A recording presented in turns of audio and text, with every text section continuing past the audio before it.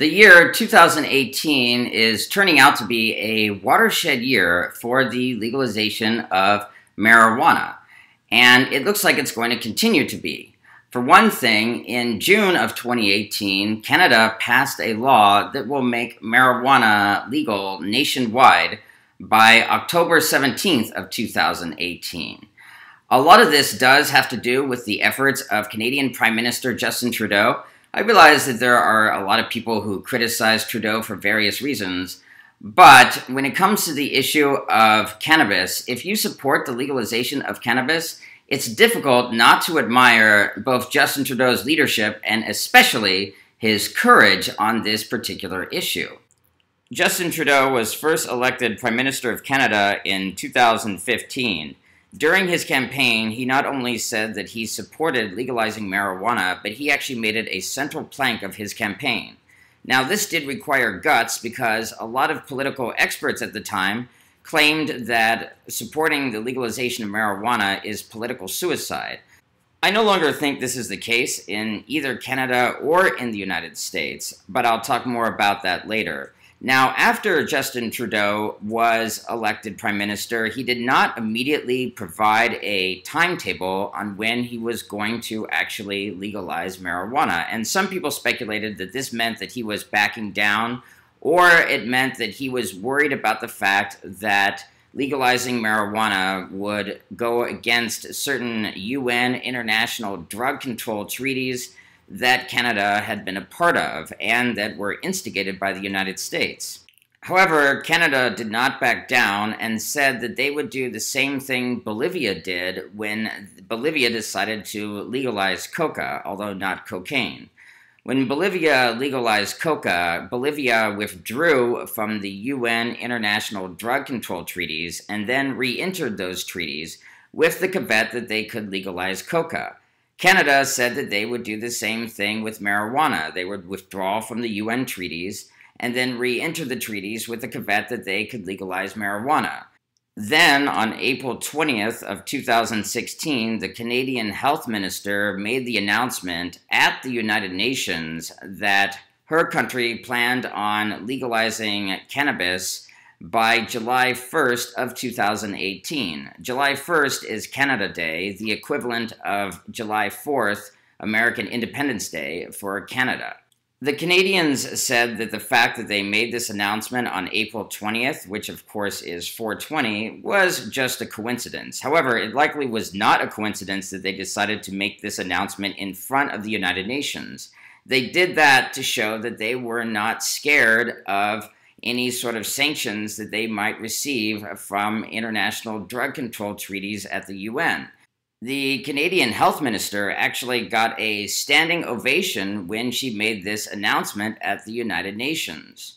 Canada did end up delaying the legalization of marijuana from July 1st of 2018 to October 17th of 2018, but they are planning on going forward with legalizing marijuana on October 17th, and a delay of 3.5 months for something political like this is not really that big of a deal, if you ask me. Now, if the Canadian experiment in legalizing marijuana is a success, and I think it likely will be, that will increase the odds that the United States will follow suit and legalize marijuana, at least at the federal level, pretty soon. Now, both the United States and Canada have a system of government known as federalism, which means that the federal government has certain powers, but the state governments and the province governments in Canada also have certain powers. However, in Canada, the federal government is a lot more powerful than the federal government is in the United States.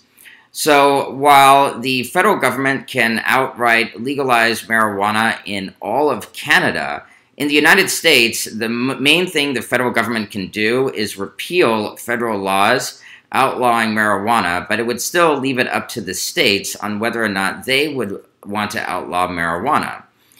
This is why when the federal prohibition of alcohol was repealed, there were still many states that kept alcohol illegal, and it's why, to this very day, there are still a few counties in some states, known as dry counties, where it's legal to possess alcohol, but it's not legal to sell or purchase alcohol. Now, certainly, U.S. President Donald Trump has not been as enthusiastic about legalizing marijuana as Canadian Prime Minister Justin Trudeau has been, although Donald Trump did say in the 1980s that he would support legalizing all drugs. For the most part, Trump has not been as supportive of legalizing cannabis.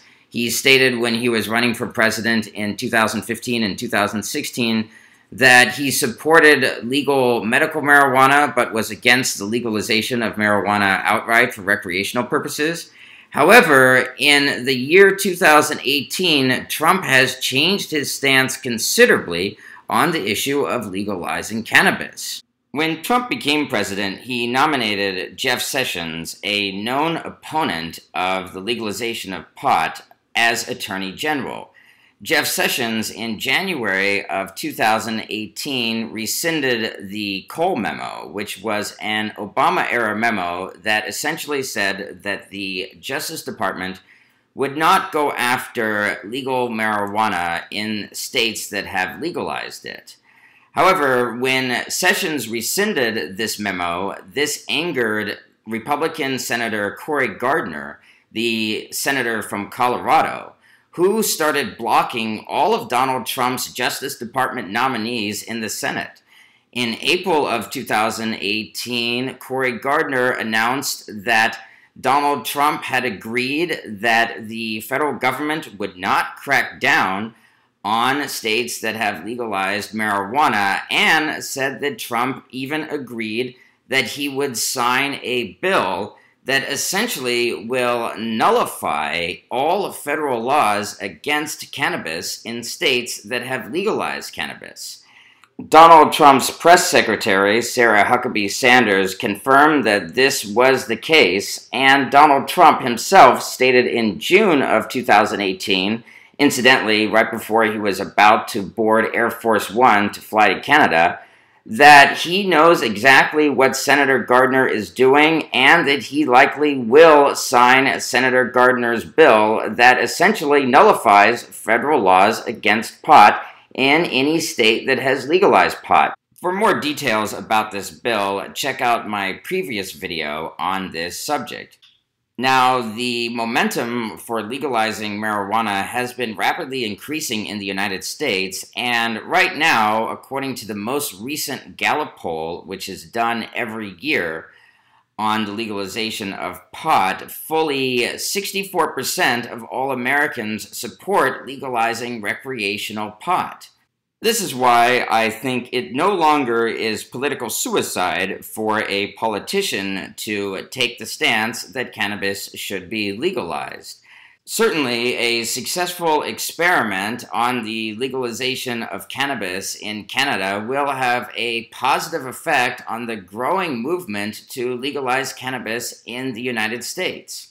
This is especially the case when you consider the fact that not only is Canada arguably the closest ally the United States has, it's also true that Canada has the economy that is most integrated with the United States, and Canada is the country that is the most culturally similar to the United States compared to any other country in the world. More and more states are legalizing marijuana for recreational purposes. Just recently, Vermont became the first state to legalize marijuana via its legislature rather than via an initiative process.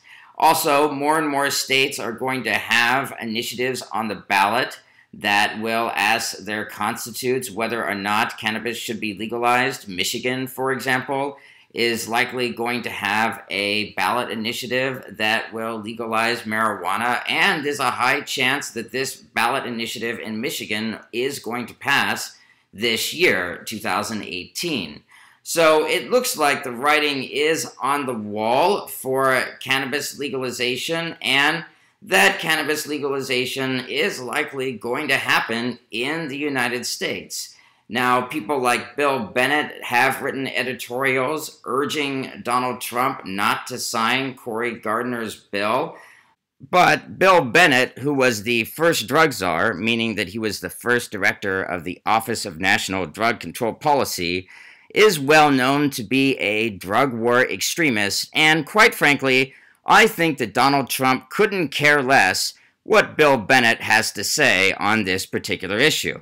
So if you like this video, go ahead and give it a like, and if you haven't already, subscribe to my channel, click the bell icon, select all notifications, join the Zork Army, and together we shall take over the world. I upload 5 videos a month. You can also follow me on Twitter, Instagram, and Snapchat at ZorkMid123.